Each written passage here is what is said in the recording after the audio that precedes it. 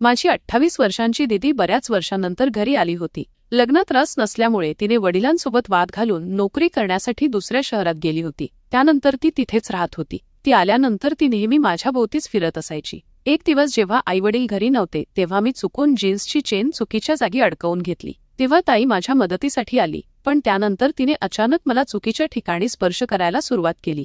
ती म्हणाली, तू आता 17 वर्षांचं झाला आहेस, तरीही तुझा हा भाग इतका मोठा झाला आहे. तू तर खूप मोठा झाला आहेस, असे बडबडत ताईने माझा तो भाग पाहिला. आणि नमस्कार मित्रांनो, आजच्या या कथेत तुमचं स्वागत आहे. या कथेत मी एका मुलाची भूमिका साकारत आहे. माझं नाव शुभम आहे आणि मी 10वीत शिकतो. माझी ताई बऱ्याच वर्षांनंतर घरी आली होती. ती 28 वर्षांची होती आणि अजूनही तिचं लग्न झालं नव्हतं. माझे आईवडील दोघेही नोकरी करत होते. दुपारी शाळेतून घरी आल्यानंतर माझी काळजी घेण्यासाठी घरी कुणी नसल्याने वडिलांनी ताईला घरी बोलावलं होतं. मला पाहताच ताईने मला मिठी मारली आणि म्हणाली, शुभम, खूप लवकर मोठा झाला आहेस. ताई घरी आल्यानंतर ती माझ्याच खोलीत राहू लागली. मीही खूप आनंदाने माझा खोली तिच्यासोबत शेअर करत होतो. दुपारी जेव्हा मी शाळेतून घरी येत होतो तेव्हा माझ्या हातातून बॅग घेण्यापासून ते जेवण खाऊ घालण्यापर्यंत माझी सर्व काळजी ताईच घेत असे. मी आता 17 वर्षांचा होतो आणि 10वीत शिकत होतो. ताईला घरी बोलावण्याचं आणखी एक महत्त्वाचं कारण होतं की सुमारे 1 महिन्यापूर्वी मला थायरॉइड झाल्याचं निदान झालं होतं. इतक्या लहान वयातच मला थायरॉइडमुळे अँटीथायरॉइड इंजेक्शन घ्यावी लागत होती. ही इंजेक्शन देण्यासाठी घरी एक पुरुष नर्स येत असे.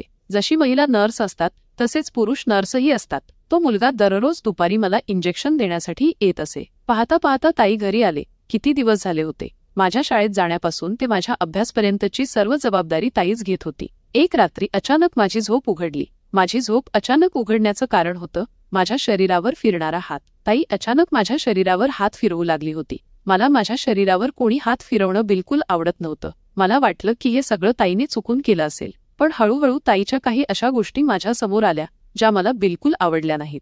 त्या दिवशी मी पहिल्यांदा तिचं तसं विचित्र वर्तन पाहिलं होतं, म्हणून मी तिला काहीही बोललो नाही. पण दुसऱ्या दिवशीही ताईने पुन्हा तसंच केलं. लगातार 2 दिवस ताईचं हे विचित्र वर्तन सहन केल्यानंतर मी ठरवलं की आता मी तिला याबद्दल बोलणार आहे.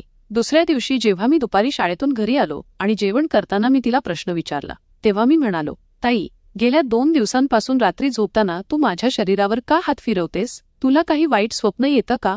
जेव्हा मी ताईला हा प्रश्न विचारला तेव्हा तिच्या चेहऱ्याचे भाव बदलले. ती म्हणाली, कदाचित मला काही स्वप्न येत असतील. स्वप्नात चुकून माझा हात तुझ्या शरीरावर आला असेल. तेव्हा मी ताईच्या बोलण्यावर विश्वास ठेवला, पण खरं कारण काही औरच होतं. त्याच रात्री झोपेतून उठल्यावर मला वाटलं की मी बाथरूमला जाईन, पण जेव्हा मी उठून पाहिलं तेव्हा ताई माझ्या शेजारी नव्हती. मला वाटलं की ती बाथरूममध्ये असेल, पण ती खोलीच्या बाथरूममध्येही नव्हती. मग मी उठून ताईला शोधायला लागलो. मी खोलीतून बाहेर पडून सर्वत्र पाहिलं तेव्हा मला ताई आईवडिलांच्या खोलीच्या बाहेर उभी असताना दिसली. ती आईवडिलांच्या खोलीत आत बघत होती. ती तिथे का झाकत होती हे मलाही कळत नव्हतं. मग मी ताईकडे जाण्याचा विचार केला, पण त्याच क्षणी ती माझ्या खोलीकडे वळली. जर ती मला पाहिलं असतं तर तिला वाटलं असतं की मी तिचं पाठलाग करतोय. म्हणून ताई मला पाहण्याआधीच मी माझ्या जागी परत जाऊन झोपलो. थोड्याच वेळात ताईही खोलीत आली आणि तीही आपल्या जागी झोपली आणि तिचं तेच विचित्र वर्तन पुन्हा सुरू झालं. ती पुन्हा माझ्या शरीरावर हात फिरवू लागली. ताई असे विचित्र वर्तन का करत होती हे मला कळत नव्हतं. पण एक गोष्ट मात्र मला चांगली कळली होती की ती आईवडिलांच्या खोलीत काहीतरी बघते आणि मग माझ्या शरीरावर हात फिरवते. ताई अखेर आईवडिलांच्या खोलीत का झाकत होती हे जाणून घेण्याची माझी उत्सुकता वाढत होती. दुसऱ्या दिवशी दुपारी घरी मी आणि ताईच होतो. ताई मला अभ्यास करून देत होती. जेव्हा ती मला अभ्यास करून देत होती तेव्हा मी तिला सहजपणे प्रश्न विचारला, दीदी, तू इतकी सुंदर असताना तरीही तुझं लग्न का होतं का? या प्रश्नावर तिने म्हटलं, पहिली मला वाटायचं की लग्न हे खूप तणावपूर्ण नाते आहे. काय फायदा बेकारच त्यात अडकण्याचा. पण आता हळूहळू मला लग्नाची गरज वाटू लागली आहे. पण आता माझी उमेर इतकी झाली आहे की माझ्या वयाचा जोडीदार मिळणं थोडं कठीण आहे. दीदीच्या उत्तरावर मी पुन्हा तिला काहीही विचारलं नाही. मग मी शांतपणे अभ्यास करू लागलो. थोड्याच वेळात इंजेक्शन देणारा भाऊ मला इंजेक्शन देण्यासाठी घरी आला. इंजेक्शन घेतल्यानंतर मी थोड्या वेळासाठी झोपलो. जेव्हा मी झोपेतून उठलो तेव्हा मला खूप भूक लागली होती. मला मॅगी खाण्याची इच्छा होती, म्हणून मी दीदीला माझ्यासाठी मॅगी बनवण्यास सांगितलं. त्यावेळी दीदी आईच्या खोलीत होती. जेव्हा मी त्या खोलीजवळ गेलो तेव्हा मला दीदी तिथे एकदम वेगळ्या रूपात दिसली. ती नुकतीच न्हाऊन आली होती आणि ती स्वतःला आरशात असे बघत होती जसे ती 18 वर्षांची मुलगी असावी. दीदी स्वतःला आरशात बघणं कधी संपेल याची वाट पाहत मी खोलीच्या बाहेर उभा होतो. पण ती स्वतःला हिरोईन समजून अजूनही नाचणी करत होती. इकडे माझी भूकही वाढतच होती. शेवटी मी ताईच्या खोलीत गेलो. मला पाहून ताई थोडी लाजली.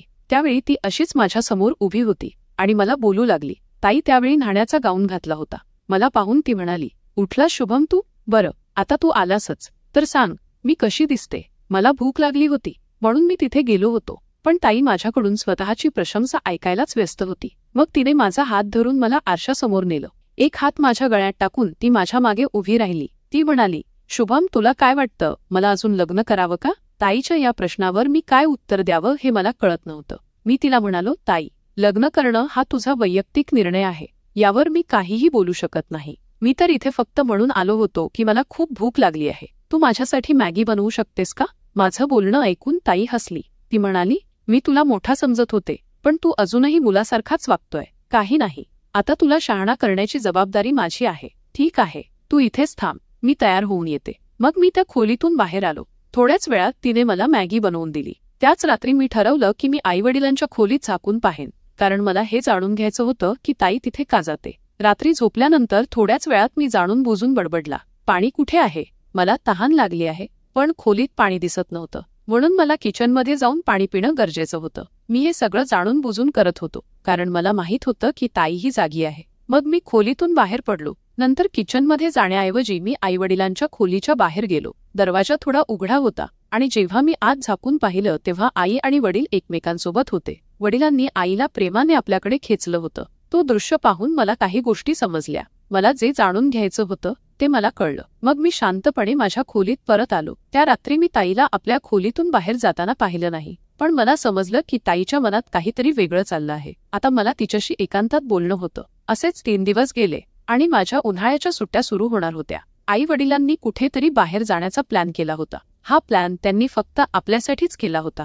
आई वडिलांचं म्हणणं होतं की माझ्या 10वीच्या परीक्षांच्या दृष्टीने मला सुट्टीत अभ्यास करायला हवा, म्हणून त्यांनी मला ट्रिपवर सोबत घेतलं नाही. 3 दिवसांनी जेव्हा माझ्या सुट्ट्या सुरू झाल्या तेव्हा आईवडील आपल्या ट्रिपवर निघून गेले. त्यांच्या गेल्यावर घरी मी आणि दिदीच होतो. त्या दिवशी घरी कोणीच नव्हतं, म्हणून मी दिदीला प्रश्न विचारला. मी तिला म्हणालो, दीदी, आता तुलाही लग्न करण्याची इच्छा असणार नाही का? इथे येऊन आईवडिलांना एकत्र पाहून तुलाही असं वाटत असेल की तुलाही असा कोणीतरी हवा जो तुझ्यावर प्रेम करेल? जेव्हा मी हा प्रश्न विचारला तेव्हा तिच्या डोळ्यांत पाणी आलं. ती म्हणाली, शुभम, तू खरंच माझ्या मनाची गोष्ट समजलास. मग दिदीने रडत मला मिठी मारली. ती म्हणाली, मी तुला लहान समजत होते, पण तू खूप लहान नाहीयेस. तुझ्या या समजदारीचं ऐकून मला तुझ्यात एक मोठा माणूस दिसतोय. तुला खरंच वाटतं की माझ्या इतक्या वयात मला कोणी पसंत करेल? दिदीने पुन्हा तोच प्रश्न मला विचारला, ज्याचं उत्तर माझ्याकडे नव्हतं. पण त्या दिवसानंतर ताईचं माझ्याबद्दलचं दृष्टिकोन बदललं. त्या दिवसानंतर ताईने घरात आईचे स्टायलिश कपडे घालायला सुरुवात केली. ताईला स्टायलिश कपड्यांपाहून मी तिला बघतच राहत होतो.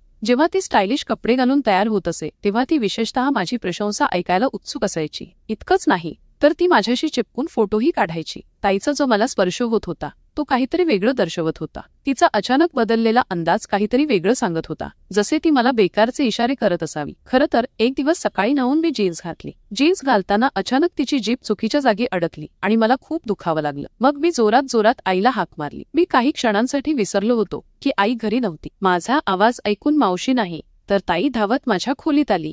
ती जवळ येऊन म्हणाली, काय झालं शुभम? मी तिला सगळं सांगितलं.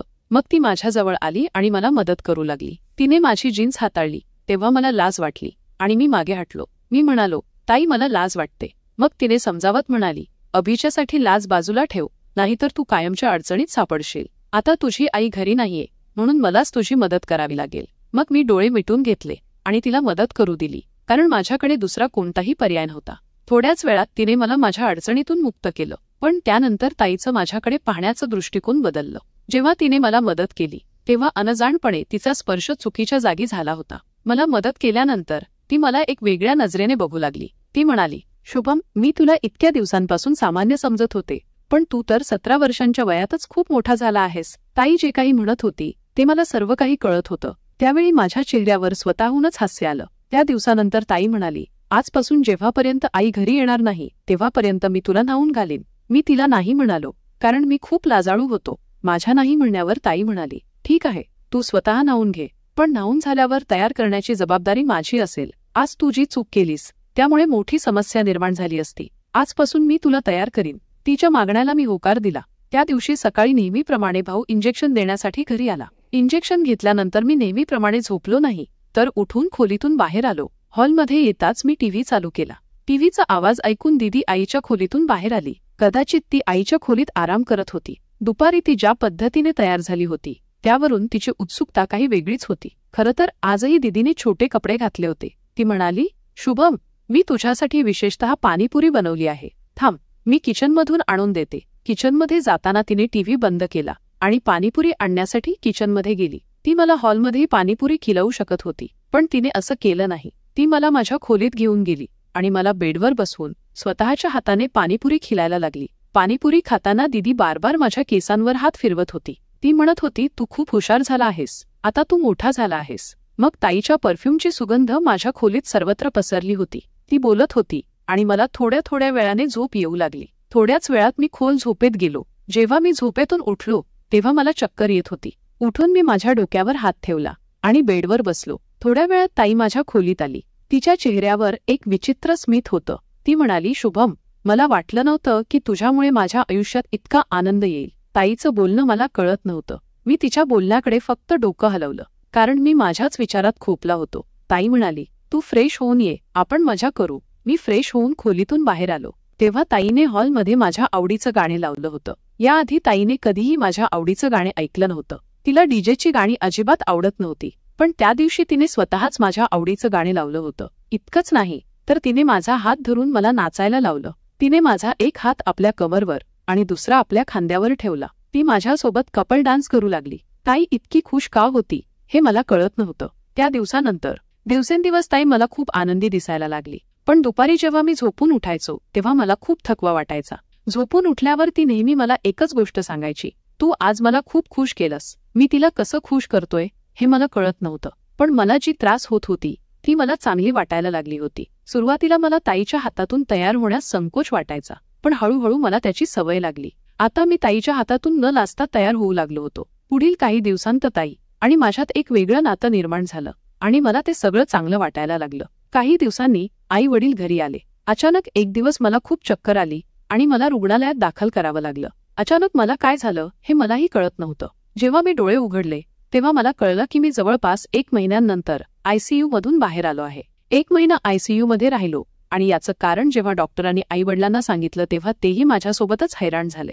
जेव्हा मी आयसीयू मधून बाहेर आलो तेव्हा डॉक्टरांनी स्वतः माझ्याशी बोलणं सुरू केलं. गेल्या 1 महिन्यात माझ्यासोबत काय काय झालं आणि काय नाही हे डॉक्टरांनी माझ्याकडून सविस्तर विचारलं. माझ्याशी बोलल्यानंतर डॉक्टरांना माझ्या आजाराचं कारण समजलं. त्यांनी आईवडिलांना सांगितलं की शुभमला गेल्या 1 महिन्यांपासून एक विचित्र आजार झाला आहे. त्याने स्वतःची एक वेगळी दुनिया निर्माण केली आहे. तो कल्पनात जगात रमतो. डॉक्टरांनी माझ्यासोबतच घरातील सर्वांचीही मुलाखत घेतली. नंतर डॉक्टरांनी आईवडिलांना सांगितलं, तुम्ही दोघे तुमच्या कामात व्यस्त होता. तुम्ही स्वतःसाठी वेळ काढला, पण तुमच्या मुलाशी योग्य वेळी संवाद साधला नाही. तुमचा मुलगा स्वतःशीच बोलत होता आणि त्याकडे तुमचं लक्ष नव्हतं. त्यानंतर घरी शुभमची ताई आली. शुभमने आपल्या ताईलाही एका माणसाच्या प्रेमात पडलेलं पाहिलं. इंजेक्शन घेतल्यानंतर तो रोज आपल्या ताईला घरी येणाऱ्या इंजेक्शन देणाऱ्या भाऊबंदासोबत पाहत असे. हे सगळं पाहून त्याला वाटू लागलं की प्रेम फक्त मुलगा आणि मुलगी यांच्यातच होतं. म्हणून शुभम स्वतःला त्या भाऊबंदाच्या जागी पाहू लागला. जेव्हा जेव्हा तो आपल्या ताईला तिच्या प्रियकरासोबत पाहत असे तेव्हा तो स्वतःला त्याच जागी पाहत असे आणि या दरम्यान तोही चुकीच्या मार्गावर जाऊ लागला. मोबाईलमध्ये चुकीच्या गोष्टी पाहून त्यानेही चुकीचे काम करायला सुरुवात केली आणि यामुळे तो हळूहळू कमजोर होत गेला. त्याच्या सततच्या विचारांमुळे त्याला आयसीयू मध्ये दाखल करावं लागलं. शुभम सोबत गेल्या 1 महिन्यात जे काही झालं त्यासाठी त्याचं कुटुंब जबाबदार होतं. डॉक्टरांनी जे काही झालं ते आईवडिलांना सांगितलं होतं आणि ताईही तिथे उपस्थित होती. तेव्हा ताईच्या गळ्यात मला मंगळसूत्र दिसलं. मला तेव्हा कळलं की जेव्हा मी आयसीयू मध्ये होतो तेव्हा आईवडिलांनी ताईचं लग्न तिच्या प्रियकराशी केलं होतं. माझी अवस्था पाहून ताईने माझी माफी मागितली. ती म्हणाली, शुभम, मी तुझी काळजी घ्यायला आली होती, पण मीही माझ्याच जगात खोपली होती. तुझ्यासारखी मीही एकटी पडली होती. तुझ्यामुळेच माझी या माणसाशी ओळख झाली आणि हळूहळू आमच्यात प्रेम निर्माण झालं. मी माझ्या जगात इतकी खोपली होती की मी कधीही तुझ्याकडे लक्ष दिलं नाही. ही माझीही चूक होती.